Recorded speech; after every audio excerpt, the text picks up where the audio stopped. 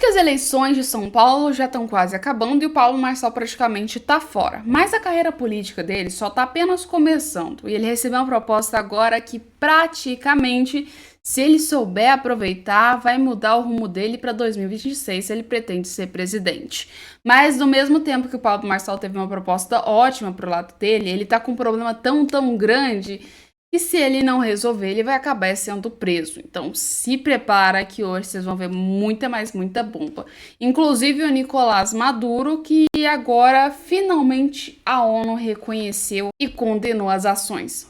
Finalmente. Então, bora falar de política, que hoje a situação tá um caos em São Paulo, em tudo quanto é lugar que você consiga imaginar. Como vocês sabem, o Pablo Marçal foi o único candidato das eleições que não usou fundo eleitoral.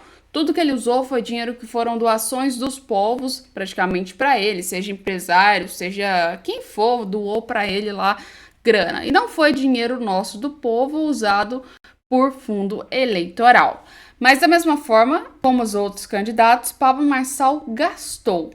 E gastou muito nos últimos dias, né, com essas campanhas. Porém, assim, se você gasta, você tem que pagar o que você gastou. Mas acontece que os seguranças da campanha de Pablo Marçal o acusam de calote de quase 200 mil, segundo um site. Então, vamos entender o que está acontecendo, porque se isso continuar e Pablo Marçal não pagar essas pessoas, pode dar prisão dele, galera. Bem, os seguranças que acabaram prestando serviço durante a campanha de Pablo Marçal acusam o ex-coach de estar devendo aí 200 mil em pagamentos. As acusações foram reveladas pelo portal UOL na terça-feira. A assessoria de Marçal, por sua vez, disse que a Terra, no caso Alterra, o jornal, gente, que todos os seguranças estão com os pagamentos em dia. No entanto, 20 trabalhadores dizem não ter recebido pelos serviços realizados nos meses de setembro e outubro, além de ficarem sem reembolso por alimentação e estacionamento, segundo acusações da equipe de Pablo Marçal. Estarem então devendo em média, mais ou menos, 10 mil para cada funcionário nesses reembolsos. De acordo com os trabalhadores, o trabalho teria sido feito, então, verbalmente, com um contrato assinado sendo descartado, afirmado, então, os seguranças. A campanha de Pablo Marçal alega que havia uma equipe de segurança que estava no cargo do partido PRTB, que atendia a vice-prefeitura de outras pessoas e outros partidos. E se houvesse alguma pendência, caberia então ao partido realizar os pagamentos referentes então a essa pesquisa específica. O que acontece, galera? Tá mais ou menos assim, a equipe de Pablo Marçal disse que praticamente não teve nenhum dado em atraso, pagaram todo mundo, porém alguns dos funcionários sido contratados teriam sido pelo partido que Pablo Marçal estava participando. Então, o que aconteceu?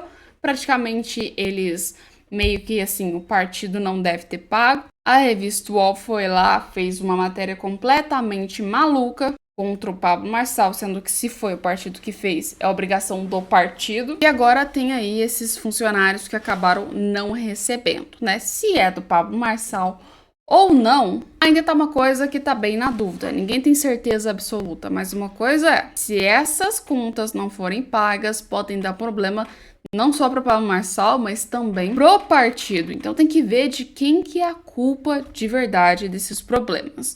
Mas embora Pablo Marçal tenha problemas, ele também tem grandes conquistas, como por exemplo, um dos candidatos à prefeitura de Barueri falou que se Pablo Marçal quiser, é só chegar que ele vai ter uma secretaria. E o Pablo Marçal agora confirmou e prometeu que vai assumir a secretaria em Barueri se candidato então for eleito.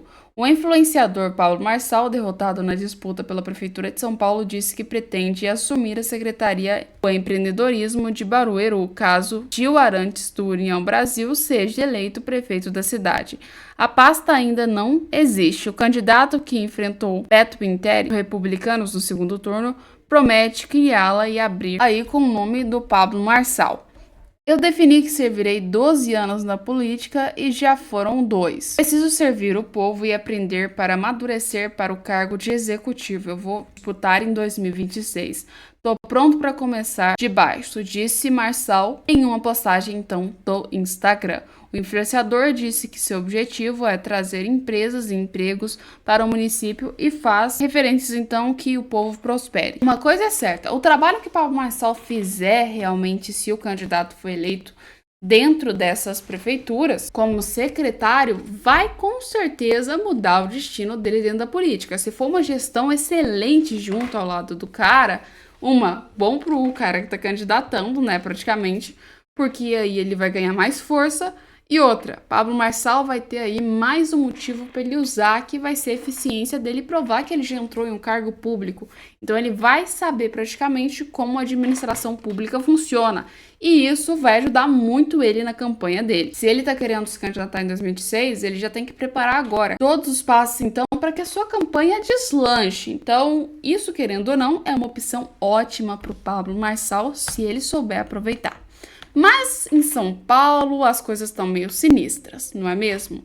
E adivinha só, a gente está vendo agora o Tarcísio de Freitas entrando com um pedido de intervenção federal na Enel até que resolvam então os problemas dos apagões. Por quê, galera? Para quem não sabe, é problema federal isso aí, tá? Não joga a culpa pro prefeito, não joga a culpa pro governador, isso aí não é problema deles não, tá? De certa forma é um pouco mais... Isso aí quem resolve é a federação, e a federação que a gente tem é controlada pelo Lula. Então, resumindo, Tarcísio vai pedir a intervenção federal para resolver esse problema, porque uma, empresa não está dando assistência, duas, além da situação tá caótica em São Paulo, muito do mercado vai ser paralisado por conta dessas coisas que aconteceram, no caso os apagões, e praticamente já faz um bom tempinho que São Paulo tá aí assim, né, tentando resolver isso. Então, o que resta é praticamente que agora uma intervenção federal possa ser feita para resolver esses problemas, então, de São Paulo, capital. Dá uma olhada, gente. E passando pelo mesmo problema,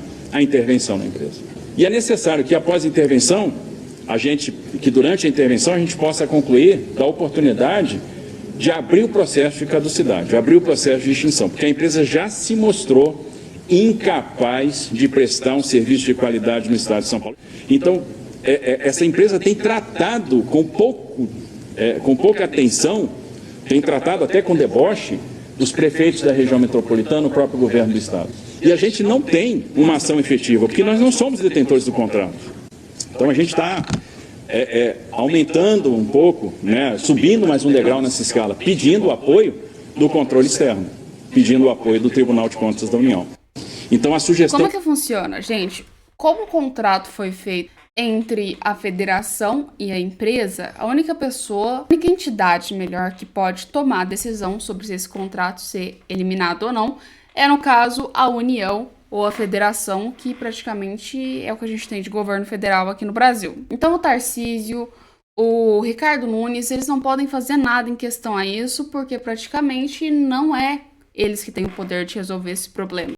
Se fosse uma coisa que fosse do município, fosse uma coisa que fosse praticamente em questão do estado, aí eles poderiam resolver, mas como não é federação, vão ter que falar para fazer uma intervenção federal, no sentido de quê? De que a federação chegue na empresa e fale, ó, você está ineficiente, vamos te arrancar e vamos fazer um contrato com outra empresa. Agora, se a federação vai aceitar ou não, é outra conversa, é outra história. Pois é, tá um caos louco mesmo o Brasil. Mas tem um outro lugar que tá um caos maluco e parece que a ONU agora que acordou pra vida falou, olha, a Venezuela tá passando por uma crise, não é mesmo? E disse essa humilde, belíssima bomba pra gente aqui, galera. A ONU agora, nessa altura do campeonato, reconheceu que a Venezuela teve sim crimes contra a humanidade. Surpresa para absolutamente ninguém, somente pela ONU, que agora condena, né, esses crimes que aconteceram no governo de Nicolás Maduro. O relatório das Nações Unidas responsabiliza as forças de segurança e grupos armados pró-governo de assassinatos, tortura e abusos sexuais. O documento revela ainda que a violência aumentou durante o período eleitoral. O governo da Venezuela não comentou o relatório. Um levantamento independente aponta que o país tem quase 2.000 presos políticos. O relatório das Nações Resumindo, só crimes contra a humanidade a ONU veio reconhecer somente agora no final do segundo tempo, onde todo mundo já reconheceu, exceto a ONU, que me traz isso aqui depois de praticamente 2, 3 meses que a gente viu que o Nicolás Maduro tomou o poder. E ainda para piorar, Tribunal Penal Internacional não tá nem aí pro Maduro. A gente tá vendo que o Maduro já foi condenado praticamente pelos Estados Unidos. Os Estados Unidos já falou, galera, quem quiser trazer o Maduro aqui, só ligar pra gente, que a gente tá aí oferecendo 15 milhões de dólares pra quem quiser entregar o Maduro. Porém, ainda os outros países reconhecem que a Venezuela foi aí uma fraude eleitoral, todo mundo reconhece, e a ONU me aparece com uma palhaçada dessa agora. Mas o que mais me revolta não é nem a ONU parecer com umas coisas dessa, é que a ONU não vai fazer absolutamente nada. Dizer que você condena, dizer que você reconhece, não vai mudar absolutamente nada. Todas essas coisas que acontecem é apenas demagogia. Na verdade, a gente sabe que a ONU não vai realizar nada, absolutamente nada, e não vai mudar nada na Venezuela. É uma tristeza. Mas, infelizmente, as coisas funcionam assim. Muitas das coisas dos órgãos e dos eventos que tem não servem para absolutamente nada, somente para ficar discutindo sobre uma coisa que as pessoas não vão resolver. Pelo menos os líderes mundiais não vão resolver de maneira alguma. Só discute mesmo. E o caso da Venezuela com a ONU agora é exatamente isso. Mas eu quero saber o que você acha. Põe nos comentários e a gente já volta com mais vídeos.